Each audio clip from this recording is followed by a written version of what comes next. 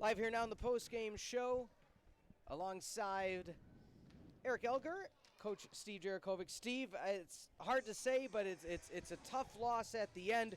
But you guys multiple times were down, tied it again at 46, tied it again at 66. What's kind of the thoughts on the contest at the end? The team that deserved to win won the basketball game. And we had multiple chances, tie game, down 2, down 3, and either made forced rush decisions, which they do. They wear you down for 40 minutes. They have hands on you the entire time. They're aggressive. And at the end of the day, we talked about how we wanted to win the offensive glass. Our goals for today were to limit turnovers. Not successful. Win the offensive boards. Not successful, and that's why they deserve to win. The fact we were in the game at the end, credit to the guys for battling all the way for 40 minutes, but the better team won today.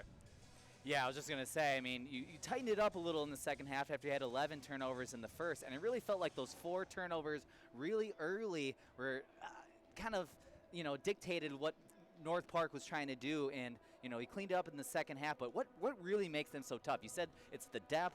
I mean, they just are quick and they're always swatting it, like you said. It's consistent. It's just nonstop. You get it every single possession, every make, it. And the problem in the first half we talked about a little bit before with you guys, if you turn the ball over, they can't be live ball turnovers. They got to be. I'd rather you throw the ball out of bounds than give them momentum going down 3-on-2, 2-on-1, where they're very effective. They got a lot of guys that can get downhill, break you down 1-on-1 off the bounce, and they did that a lot today. And the biggest part for us, though, I thought, giving up 15, 16, whatever it was, offensive rebounds was unacceptable. Yeah, and just to highlight some of your guys A.J. Johnson, 39 minutes, Riley Brooks, 37 minutes. Put in a huge effort, huge line. You talked about how A.J. Johnson had such a huge responsibility today to kind of alleviate that pressure. What'd you like out of those two guys today? They've been rock solid for the first 12, 13 games of the year. Appreciate what they do. It's not easy for A.J. Johnson. It's not easy to pick the ball up, have the ball in your hands for 40 minutes against a team like this that does, they're relentless. They really are. And they're 4-0 for a reason right now in this league. And we got to come back to work on Monday, and we don't have an easy week. We got tough games. Yep. Everyone in the CCW is a tough game, but you're going to a very athletic, physical Elmhurst team. Tough place to play over there on Wednesday, and then Milliken coming in here next Saturday. So, we're going to watch a lot of tape on Monday, and it's more about us, I feel like. And, I know I briefly said before the game, it comes down to, it's the first time we played in 15 days. You expected a little bit of a lull, a little bit of a letdown, but overall, I was just more disappointed in our execution in the second half. I thought you hit the nail on the head.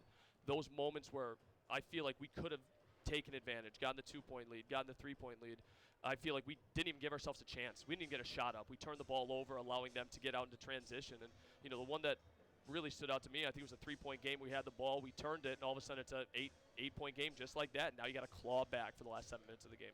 Johnson got in foul trouble a little bit early on. Nemi stepped in like he often does when answered the call. Another, bright spot in this contest that he was able to do exactly what you wanted off the bench. He's an experienced guy. He's been in the program for 5 years now. He knows what's expected of him. He keeps going to the boards every single possession, which we appreciate. But, it was tough getting right in some early, sort of cheapy fouls in the first half.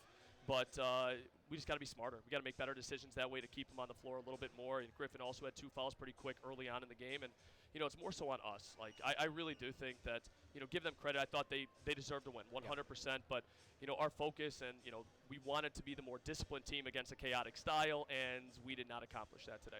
Well, Coach, on the road Wednesday at Elmhurst, back here against Milliken next Saturday. Best of luck during the week. Best of luck away, and we'll see you at home next Saturday. Thank you guys for everything. All right, thank you, Coach.